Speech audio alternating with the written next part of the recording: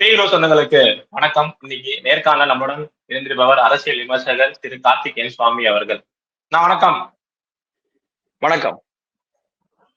என்னன்னா ஆச்சு? உச்ச நீதிமன்றம் இப்படி ஒரு வருத்தக்குரிய ஒரு ஜட்மெண்ட் கொடுத்துட்டாங்க. நம்ம முன்னாள் முதல்வர் தமிழுக்காக போராடின திரு கருணாநிதி அவர்கள் சிலை வைக்க கூடாது அப்படின்னு சொல்லிட்டு தீர்ப்புக்கு வந்திருக்கு. ஏன், எதற்காக வைக்க கூடாது, எங்க அவங்க நிறுவனத்துக்கு ட்ரை பண்ணாங்க? அனைவருக்கும் வணக்கம்.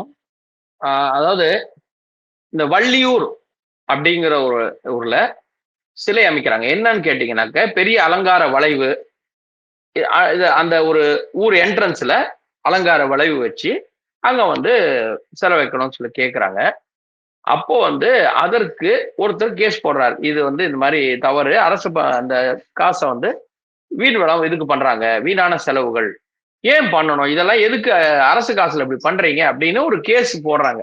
அங்க என்ன பண்றாங்கன்னாக்கா, அரசு பணத்தை இப்படிதான் வீணடிப்பீங்களா அப்படின்னு சொல்லும் பொழுது அந்த அந்த தீர்மானம் அந்த இடத்துக்கு போகும்போது நின்றுச்சு. ஆனால் இவங்க அப்பீல் போறாங்க, அரசாங்கம் அப்பீல் போகுது. இது எப்படி நிறுத்தலாம்? ஒரு கிராம பஞ்சாயத்தோ அது ஒரு நகர பஞ்சாயத்தோ ஏதோ ஒண்ணு எங்க சிலை தானே வைக்கிறோம் நாங்க, கலைஞரோட சிலையா, அது என்ன அது வருது? ஒரு ஈகோ. இவங்க அப்பீலுக்கு போறாங்க. போன இடத்துல அந்த மனுவை உச்ச நீதிமன்றம் தள்ளுபடி பண்ணது. அதுக்கப்புறம் என்ன சொல்றாங்கன்னா, நீங்க முதல்ல தடை கொடுத்தாங்களோ அங்க போங்க, நீங்க உச்ச நீதிமன்றம் ஆகும்னா வராதீங்க, எங்களுக்கு வேலை இருக்கு. உனக்கு எந்த இடத்துல தடை கொடுத்தான், அந்த உள்ளூர்ல தானே, அங்க போ, இங்க எதுக்கு வந்து நிக்கிற, கிளம்புன்ட்டாங்க. அப்போ உடனடியாக அந்த அரசு வழக்கு என்ன பண்ணாங்க, நாங்க வாபஸ் வாங்கிக்கிறோம்னு சொல்லி, ஐயா நான் அங்கேயே போறேன், யா தெரியாம வந்துட்டோம்யா, கோச்சிக்காதீங்க அப்படின்னு சொல்லி திரும்பி வந்துட்டாங்க. இதுல என்ன விஷயம்னா, எல்லா ஊர்லயும் இவங்களுக்கு ஒரு செலை வைக்கணுங்கிறது ஒரு கட்டாயமாவே இப்ப கொண்டு வந்துட்டாங்க. இவங்களுக்கு என்ன பிரச்சனைன்னா, சிலை வைக்கணுங்கிறத ஒரு கலாச்சாரம், திராவிட கலாச்சாரம் என்பது சிலை வைக்கிறது தான். இது அவங்க ரொம்ப வருஷமா எல்லா ஊர்லயும் நாங்க வைப்போம்னு சொல்லி அடம் பிடிச்சிக்கிட்டு உட்கார்ந்து இருக்கிறாங்க. இதுக்கு நான் உங்களுக்கு ஒரு விஷயம் சொல்றேன். இப்ப சமீபத்துல இருந்து சொல்றேன் உங்களுக்கு. ஒரு இந்த ஒரு மாசத்துக்குள்ள நடந்தது. தஞ்சாவூர்ல ஆடுதுறை இருக்குதுங்களா, அங்க பஸ் ஸ்டாண்ட்ல திறப்பு விழா புதுசா சரி பண்ணி பஸ் ஸ்டாண்டு எல்லாம் இது பண்ணி புதுப்பிச்சு பண்றாங்க. என்ன சொன்னாங்கன்னா, பழைய பஸ் ஸ்டாண்ட்ல இருந்த திரு அண்ணாதுரை அவர்களோட சிலைய திரும்பி புதுசுல இந்த இடத்துல வைக்கணும்னு முடிவு பண்ணிட்டாங்க. சரி, அவர் அங்க ஏற்கனவே சிலை இருந்தது வைக்கணும் அப்படிங்கும்போது, டக்குன்னு எப்படி இவங்க வேலை செய்யறாங்கன்னா, திரு கோசிமணி அவர்களோட சிலையும் கொண்டு போய் அங்க வைக்கிறாங்க. எந்த ஒரு பர்மிஷன் இல்லாம, முன்னறிவிப்பு இல்லாம. ஏன்னா தஞ்சாவூர்லயே, அதனால திரு கோசிமணி அவர்களுடைய சிலையும் கொண்டு போய் வைக்கிறாங்க. அங்க எல்லாரும் எதிர்ப்பு தெரிவிச்ச உடனே பேரூராட்சி அவங்க அந்த ஆபீசர்லாம் இருப்பாங்க இல்லையா, அவங்க எல்லாம் என்ன சொல்றாங்கன்னாக்க, அண்ணாதுரை சிலை வைக்க மட்டும்தான் நீங்க பர்மிஷன் வாங்குனீங்க, சடனா கொண்டு இவர் சிலை வைக்கிறீங்க, இதுக்கெல்லாம் இங்க பர்மிஷன் கிடையாது, இங்க பதட்டம் உருவாகும் அப்படின்னு சொல்றாங்க. அதுக்கப்புறம் என்ன சொல்றாங்க, போலீஸ் வந்துடுது. எல்லாரும் வந்ததுக்கு அப்புறம் அங்க இருந்த முன்னாள் எம்பி திரு ராமலிங்கம் அவர்களோட என்ன சொன்னாங்கன்னாக்க, நீங்க பர்மிஷன் வாங்கி முறையா கொண்டு அதுக்கப்புறம் வைங்க, இப்படி எல்லாம் பண்ணாதீங்க, பதட்டம் உருவாக்காதீங்க அப்படின்னு. நீங்க முதல்ல பார்த்தது நீதிமன்றத்திட்ட கூப்பிட்டு, அடுத்தது காவல்துறை பேரூராட்சி அதிகாரிகள்கிட்ட கூப்பிட்டு, இப்போ வைக்காதீங்கன்னு சொன்ன உடனே ராத்திரியோட ராத்திரியா அதை தூக்கிட்டு போயிட்டாங்க. சரிங்களா? இன்னொன்னு, இவங்களுக்கு எப்படின்னு கேட்டீங்கன்னா, எங்க பாரு இவங்களுடைய சிலைகள் வைக்கணும். அதிமுக ஆட்சி காலத்துல, நான் சொல்லுவது அதிமுக ஆட்சி காலத்துல சிலை வச்சாங்க. ஜெயலலிதா அவர்கள் சிலை வைக்கும்போது இவங்க என்ன பண்ணாங்கன்னாக்க, 13 அடி சிலை வைக்கிறாங்க, அரசு அனுமதி இல்லாம வராங்க, போக்குவரத்து நெரிசல் அப்படின்லாம் சொல்லி அப்ப பயங்கரமா போய் கேஸ் போட்டு பார்த்தாங்க. அப்ப என்ன சொன்னாங்கன்னாக்க, அரசு அனுமதி வழங்கல. சரி, இந்த 2017ல அரசு அனுமதி வாங்காம எந்த இடத்துலையும் சிலை வைக்க கூடாதுன்னு ஒரு அரசாணை இருக்கு, அதை நீங்க ஸ்ட்ரிக்டா ஃபாலோ பண்ணணும், அதனால அரசு இதுல உரிய நடவடிக்கை எடுக்கணும்னு கோர்ட்டு சொல்லிச்சு. அப்போ இவங்க என்ன, அப்போ கேஸ் போட்ட இவங்க கொண்டு போய் அவசர அவசரமா இப்ப எதுக்கு வைக்கணும் சிலையை எல்லா இடத்துலயும்? ஏன்னு கேட்டா, அதற்கு ஒரு காரணம் இருக்கிறது. மக்களுக்கு நன்றாக நினைவிருக்கும், எம்ஜிஆர் அவர்கள் இறந்த பொழுது அண்ணா சாலையில ஸ்பென்சர் கிட்ட இருந்த கருணாநிதி அவர்களோட சிலையில மேல ஏறி ஒரு அதிமுக தொண்டர் கடப்பாறையால அந்த நெஞ்சில் அப்படி குத்துன்னு அந்த போட்டோ இன்னைக்கும் இருக்கு. அது இவர்களுக்கு ஒரு மாறாத வடுவாகி போனது. அது அந்த சிலை வைப்பதற்கு ஒரு காரணம் இருக்கு. இந்த சிலை வைக்கிறதுக்கு ஈவே ராமசாமி அவர்களது 71 காலகட்டத்துல, அண்ணாதுரை பிறகு 71 காலகட்டத்துல ஈவே ராவும் இன்னும் சிலரும் சேர்ந்து இவ்வளவு எல்லாம் பொது சேவை செய்யற கருணாநிதிக்கு நம்ம ஒரு சிலை வைக்கணுமே அப்படின்னு சொல்லி, இது ஏன்னா இது நீங்க வனவாசம் படிச்சிருந்தா உங்களுக்கு தெரியும். மோதிரம் என்ன மோதிரம் கதை தான் இது. நான் வந்து கண்ணதாசன் கேட்டப்ப என்னங்கய்யா அவருக்கு மட்டும் மோதிரம் போட்டீங்கன்னா நீ வாங்கி கொடு போடுறேன்ற கதை.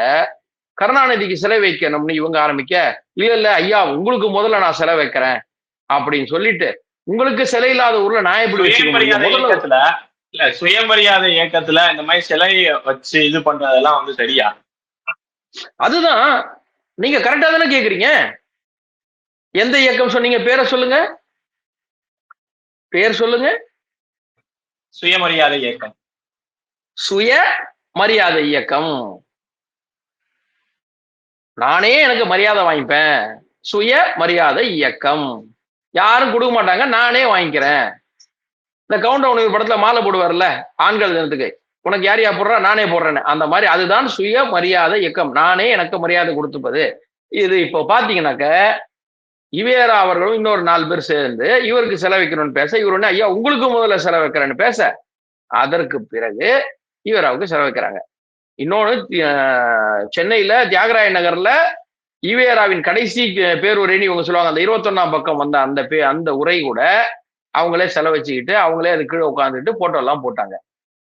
சரிங்களா? அடுத்த ஒரு சிலை வணங்குவது இது காட்டு மிராண்டித்தனம், சிலை வணங்குவோம் காட்டு மிராண்டிலாம் சொல்லிட்டு இவங்களே செலவு வச்சுப்பாங்க. கேட்டா பூஜிக்கிறது வேற வணங்குறது வேற. நாங்க சரி பார்ப்போம். இப்ப செலவு வச்சுட்டாங்களா? ஈவேராவுக்கு செலவு வச்ச உடனே அவங்க என்ன பண்றாங்க, சரி கருணாநிதி அவர்களுக்கு செலவு வைக்கணும் அப்படின்னு சொல்லி கமிட்டி ஃபார்ம் பண்ணி செலவு வச்சுக்கிறாங்க. இவங்களே செலவு வச்சுக்கிறாங்க. இதுல வந்து நீங்க கேட்ட அந்த சுயமரியாதை இது இருக்கு இல்லைங்களா, அதுக்கு இன்னொரு சின்ன உதாரணத்தோட சொல்றேன். இவராவது முதல்வர் அப்படிங்கிற முறையில ஒரு கட்சியில பொறுப்புல இருக்காரு, நிறைய நன்மை செஞ்சுட்டாரு, நீ உங்களுக்குள்ளேயே புகழ்ந்துகிட்டாலும் அந்த காலகட்டத்துல நிறைய பாத்தீங்கன்னாக்க அஞ்சுகம்மையார் பேர்ல அரசு திட்டங்கள்ல பேர் வரும், அஞ்சுகம்மையார் பேர்ல. அப்புறம் பாத்தீங்கன்னா இன்னொரு நான் சின்ன வயசுல படிச்சிருக்கேன், செய்தித்தாள்ல படிச்சதுதான்.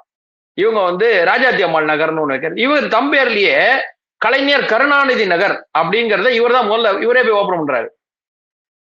சரிங்களா? விளம்பரம் பிடிக்காது இல்லையா இவருக்கு, அதனால இவர் தனக்கு தானே அதெல்லாம் பண்ணிக்கிறாரு. Okay right.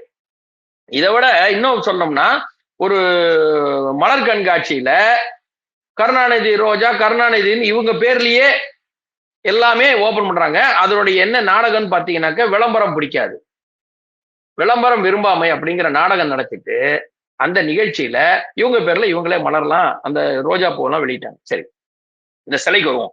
எம்ஜிஆர் அவர்கள் இறப்புக்கு போது அந்த நடந்த ஒரு சம்பவத்துல இவங்க சிலையை உடைச்சிட்டாங்க. அதுக்கப்புறம் இவங்க வராங்க ஆட்சிக்கு. அதற்கு பிறகு படிப்படியாக எல்லா இடங்களிலும் தன்னோட சிலை இருக்கணும் அப்படிங்கிறது ஒரு குறிக்கோள் ஆயிடுச்சு. எப்படி சிலை வைக்கிறது? சரி, மாவட்டத்துக்கு ஒரு அண்ணாதுரை சிலை வச்சுக்க, மாவட்டத்துக்கு ஒரு ஈவேரா சிலை வச்சுக்க, மற்றதெல்லாம் நம்மளது வை. இந்த மாயாவதி அவங்க வச்சாங்க தெரியுங்களா, உத்தரப்பிரதேசத்துல எல்லா இடங்களிலும் தன்னுடைய சிலைகளை, யானை சிலைகள், அவங்களுடைய சிலை. அது மாதிரி இவங்க என்ன பண்ணாங்கன்னா எல்லா இடத்துலயும் நம்ம வைப்போம், யாரு கேட்க போறா வெய் அப்படிங்கிற நிலைமையில அதுதான் இந்த காரணம், சிலைகள் வைப்பதற்கான காரணம். தெருவுக்கு தெரு ஒரு சிலை, எல்லா ஊர்லயும் கலைஞர் பாத்தீங்கன்னாக்க கலைஞர் நகர்னு வச்சுப்பாங்க, எல்லா ஊர்லயும் இவங்க பேர்ல இருக்கும். கே நகர் மெட்ராஸ்ல இருக்கிற மாதிரி எல்லா ஊர்லயும் இவங்க பேர்ல கலைஞர் கட்டடம், கலைஞர் ஆஸ்பத்திரி எல்லாத்துலயும் இவங்க வச்சுப்பாங்க. அது இவங்களுக்கு அந்த ஒரு நிகழ்வுக்கு பிறகு வந்த ஒரு வெஞ்சன்ஸ். தமிழ்நாட்டுல என்ன உடைச்சிங்களா, என் நெஞ்சில சொர்க்கணிங்களா கடப்பாரைய, அது வருத்தப்பட்டு சொன்ன வார்த்தை, வருத்தப்பட்டு சொன்ன வார்த்தை, நல்லா புரிஞ்சுக்கிங்க. சரிங்களா? அவரு சொன்ன வார்த்தையை கூட உங்களுக்கு சொல்றேன். நெஞ்சிலே கடப்பாறையால் குத்திய தம்பி, தம்பி குத்துனவரை கூட தம்பி, அதாவது அப்படி சொன்னோம்னா நம்ம வந்து ஒரு பெருந்தன்மையான மனிதர் அப்படின்ற ஒரு பேர். அதுக்கப்புறம் அந்த சிலையெல்லாம் எனக்கு வைக்க வேண்டாங்க, அந்த சிலையை சரி பண்ணி எனக்கு வைக்க வேண்டாம் அப்படின்னு சொல்லிட்டு அதுக்கு பிறகு ஊரெல்லாம் செலவச்சுட்டாங்க. இதுதான் இவங்களுடைய வேலை. இப்போ அனுமதி இல்லாம சிலை வைக்கிறது அது தப்பு தானே? ஏன் அது தவறு? இப்படி எல்லாம் பண்ணக்கூடாது. மத்தவங்க சிலை இருக்கும்போது கேஸ் போட்டீங்கல்ல, உங்களுது அப்படின்னாக்க வரலாமா? நீங்க இது மட்டும் இல்ல, பெரிய விஷயமாவே பார்க்கலாம். இன்னொன்னு, செல்வி ஜெயலலிதா அவர்களுக்கு வந்து முதல்வராக இருந்த முன்னாள் முதல்வர் அந்த இறக்கும் போது அவர்கள் முதல்வராக அந்த சம்பவத்துல மெரினால வந்து அவங்களுக்கு சமாதி கட்டக்கூடாது, நினைவகம் கட்டக்கூடாதுன்னா இவங்க பேசுனாங்க. அதுக்கு அடுத்தது கலைஞர் அவர்கள் இருந்தபோது முன்னாள் முதல்வராக இருந்தாலும் அவர் முதல்வராக இருந்தவர், மூத்தவர், திராவிட கட்சிகளின் முன்னோடின்னு சொல்லிட்டு ஜெயலலிதா அவர்களுக்கு நினைவிடம் அமைக்க எதிர்த்து வழக்கு போட்ட எல்லோரையும் வாங்கி அவங்க எல்லாம் வழக்க வாபஸ் வாங்கி உதவி பண்ணி அந்த இடத்துல அந்த இது அமைச்சான் அவரை, அந்த சமாதி அங்க இது பண்ணாங்க. ஸோ இவர்களுக்கு இந்த சிலை கலாச்சாரம், இந்த சமாதி கலாச்சாரம் இதெல்லாம் இவங்களுக்கு வேணும். சுய மரியாதை இயக்கம், அதுதான் இவர்களுடையது. சரி, இத்தனை வருஷத்துல இவ்வளவு சிலைகள் இன்னொரு ஒரு சந்தேகம் வருது, தாங்கள இறுதி அணைக்கையா கூட வச்சுக்கிறேன். நீங்க சொல்ற மாதிரியே அந்த சிலை வைக்கிற கலாச்சாரம் எப்ப வந்தது, ஒரு இன்சிடென்ட் ஒன்று சொல்றீங்க. பட் தொடர்ந்து இப்ப பார்த்திருப்போம், சுப்ரீம் கோர்ட்ல போய் கொட்டும் வாங்கியாச்சு. அடுத்தது இந்த பெண் சிலை வந்து இதே மெரினால நம்ம நிறுவுறோம்னு சொல்லிட்டு அது ஒரு பெரிய சர்ச்சையாவே ஆணுச்சு. எதிர்கட்சிகள் எல்லாம் அதை எதிர்த்தாங்க. பட் இந்த மாதிரி இவங்க வந்து அந்த ஒண்ணு சொல்லுவாங்கல்ல, திட்டத்தை வச்ச சோறு வச்சியே அப்படியாவது ஒரு கேள்வி கேட்பாங்களே, அந்த மாதிரி இந்த சுய விளம்பரம் வந்து எவ்வளவு பெரிய ஆபத்து. இதுக்கு முன் உதாரணமா உத்தரப்பிரதேசம் மாயாவதி அவர்களோட ஆட்சி இருந்திருக்குல்ல.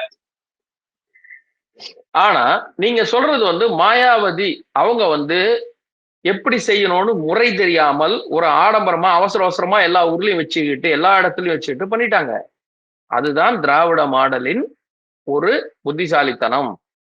சர்க்காரியா கமிஷன் சொன்னாங்க இல்லையா, விஞ்ஞான ரீதியாக செய்பவர்கள் அப்படின்னு. அதுதான் இவங்க முறையா எல்லா ஊர்லயும் பர்மிஷன் வாங்கி எந்தெந்த ஊர்ல எல்லாம் தனக்கு வேணுமோ எல்லா இடத்துலயும் பர்மிஷன் கொடுக்க வச்சு, இப்ப கூட கோர்ட் என்ன சொல்லியிருக்கு, நீங்க அந்த கோர்ட்டுக்கு போங்க, அவங்க பர்மிஷன் கொடுத்தா பண்ணுங்க. அரசாணை என்ன இருக்கு, அரசு பர்மிஷன் கொடுத்ததுன்னா நீ வைக்கலாம் அப்படின்னு. இன்னொன்னு, சொந்த நிலத்துல வச்சவங்களுக்கெல்லாம் இவங்க இடிச்சிருக்கிறாங்க ஒரு காலத்துல.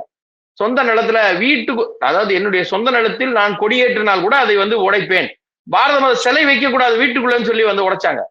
உன் சொந்த இடத்துல நீ வைக்க கூடாது, ஆனா பொது இடத்துல இவங்க வைப்பாங்க. சரி, இதுல துரைமுருகன் அவர்களுடைய ஒரு முக்கியமான ஒரு காணொளி ஒண்ணு இருக்கு, அதை நீங்க பார்த்திருப்பீங்களா, நான் உங்களுக்கு அதை காட்டுறேன். அதுல அரசு மக்கள் வரி பணத்துல அரசு கொடுக்கக்கூடிய பொருட்கள்ல உங்களுடைய புகைப்படம் எதற்கு? உங்க யார் அப்பா விட்டு சொத்து உங்க போட்டோ போட்டு கொடுப்பீங்களா? அரசு பணம் மக்கள் பணத்துல நீங்க உங்களத போடுவீங்களா அப்படின்லாம் அவர் கேட்ட காணொளி இருக்கு. அப்ப அரசு பணத்துல நீங்க உங்களுடைய சிலை வைப்பீங்களா?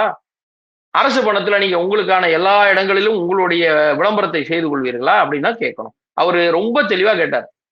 மக்கள் வரி பணத்துல போடுறது யார் அப்பா விட்டு காசு அப்படின்னு கேட்ட காணொளி இன்றைக்கும் சமூக வலைதளத்தில் இருக்கின்றது. சரி, இப்போ இவங்க இவ்வளவு தூரம் தெருவுக்கு தெரு தன்னுடைய அந்த இதை எஸ்டாப்ளிஷ் பண்றாங்க இல்லையா, இதே நேரத்துல இவர்களோடு கூட இருந்து இத்தனை ஆண்டு காலம் அம்பேத்கரையும் பேசுபவர்கள், அம்பேத்கருடைய கொள்கைக்கு நாங்கள் தான் வாரிசு என்று சொல்லி இங்கே பிரச்சாரம் செய்பவர்கள் எல்லா தலைவர்களும், இது சமீபத்தில் ஒரு காணொளி பார்த்தப்போதான் இந்த விஷயம் தெரியும். எல்லா தலைவர்களுக்குமான கேள்வி இது. ஏன் நீங்க வந்து இன்னி வரைக்கும் கோயம்புத்தூர் அந்த பக்கத்துல அம்பேத்கர் சிலை வைக்க முடியாது? உங்க சிலையெல்லாம் வைக்கிறீங்கல்ல, அண்ணல் அம்பேத்கர் சிலை ஏன் உங்களால வைக்கிறதுக்கு மனசு வரல? எல்லா ஊர்லயும் எல்லா தெருவுலையும் உங்களுக்கு இருக்கணும்னு நினைக்கிறீங்கல்ல, அது கூட அவரது வைங்க. ஏன் எல்லா தெருவுலையும் நீங்க ஆகுன்னா ஈவேரா சிலைன்றீங்க, அண்ணாதுரை சிலைன்றீங்க, கலைஞர் சிலைன்றீங்க? அம்பேத்கர் சிலை வைங்களா அந்த ஊர்ல, இல்லாத ஊர்ல வச்சுட்டு அதுக்கப்புறம் நீங்க உங்களுக்கு வைங்க, மக்களே பாராட்டுவாங்க. நான் சொல்றது ஜூன் 8 2025 ஜூன் 8 பிபிசி வெளியிட்ட செய்தி. அதுக்கப்புறம் இன்னி வரைக்கும் வந்த மாதிரி கூட எனக்கு தெரியல. எங்கேயுமே கோயம்புத்தூர் மாவட்டத்துல வர்றதுக்கு ரொம்ப கஷ்டப்பட்டு ஏதோ ஒரு இடம் தான் பிடிச்சாங்கன்னு நினைக்கிறேன். சரி, ஆனால் அம்பேத்கர் சிலையே இத்தனை வருஷமா உள்ள வைக்க முடியாம தடுமாறிக்கிட்டு இருக்கிற ஊர்ல நீங்க தெருவுக்கு தெரு உங்களுக்கு விளம்பரத்துக்கு எதுக்கு பண்ணிக்கிட்டு இருக்கீங்க? இன்னொன்னு, நீங்க நல்லா பார்த்திருக்கலாம், தமிழ்நாடு அரசோட அந்த விளையாட்டுத்துறை அந்த இதுன்னு சொல்லிட்டு அதுலயும் இவருடைய போட்டோவை போட்டாங்க. கலைஞர் நூற்றாண்டுன்னு சொல்லிட்டு 100 அப்படின்னு போட்டு, கலைஞர் 100ன்னு போட்டு அது ஒரு லோகோ வெளியிட்டாங்க. இந்த விளையாட்டுத்துறை அந்த சம்பந்தப்பட்டதுல கூட லோகோ போது கூட இவங்க எல்லா இடத்துலையும் இவர்களுடைய பேர் இருக்கணும், எல்லா இடத்துலையும் இவர்களுடைய விளம்பரம் இருக்கணும். இவங்க மட்டும்தான் இருக்கணும். நீங்க கொஞ்சம் வருஷம் பொறுத்து பாத்தீங்கன்னாக்க உங்க பேரு என் பேர் கூட மாத்த சொல்லுவாங்க, அரசு சட்டம் போட்டு பேரை மாத்திருங்க, உங்க பேர் எதுவா இல்ல அப்படின்னு சொல்லுவாங்க. ஆனா இவர்கள் மட்டும் எந்த ஒரு இதுக்கும் வர மாட்டாங்க. நம்ம இடத்துல எல்லாம் இவங்க பேர் இருக்கணும். நீங்க பாத்தீங்கன்னா கலைஞர் படிப்பகம், கலைஞர் அறிவாலயம்ன்ற பேர்ல எவ்வளவு அரசு கட்டிடங்கள். நீங்க கட்சி கட்டிடம் வைங்க, அது உங்களுடைய சொந்த பணம், யாருமே கேட்க மாட்டாங்க. நீங்க அரசு இடத்துக்கு எவ்வளவு இடத்துல வெறும் கலைஞர் பேரை மட்டுமே வச்சிருக்கிறீங்க. ஐ திங்க் ஈசிஆர் கூட பேர் மாத்துறாங்கன்னு நினைக்கிறேன். ஈசிஆர் அந்த சாலைக்கு கூட அவங்க பேரை மாத்துறாங்க. அப்போ நீங்க எல்லா இடங்களிலும் வைக்கும் பொழுது சுய விளம்பரத்தை உங்க சொந்த காசுல வைங்க. அதையே வைக்க மாட்டீங்க. உங்களுடைய அறிவாலயத்துல இன்னி வரைக்கும் அம்பேத்கர் சிலை கிடையாது. ஏன் வைக்கல? உங்க கட்சி ஆபீஸ்ல வைங்க, வாசல்ல வச்சு காட்டுங்க. உங்க சிலைக்கு போல அவர் சிலை வைங்க. அதையும் வைக்க மாட்டேன்றீங்க. அவர் வாழ்ந்த அந்த வீட்டை வாங்கி லண்டன்ல அவர் அங்க போயிருந்து அந்த ஒரு இடத்தை சரி பண்ணி கொடுத்தது பாஜக அரசு.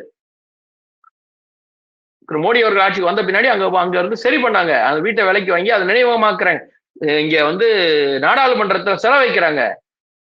உங்களால அடிப்படையில ஒரு ஒரு சின்ன செலவு வைக்கிறதுக்கே நீங்க யோசிக்கிறீங்க. அப்புறம் நீங்க உங்களுடைய விளம்பரத்தை பண்ணிட்டு சமூக நீதினு பேசுறீங்க.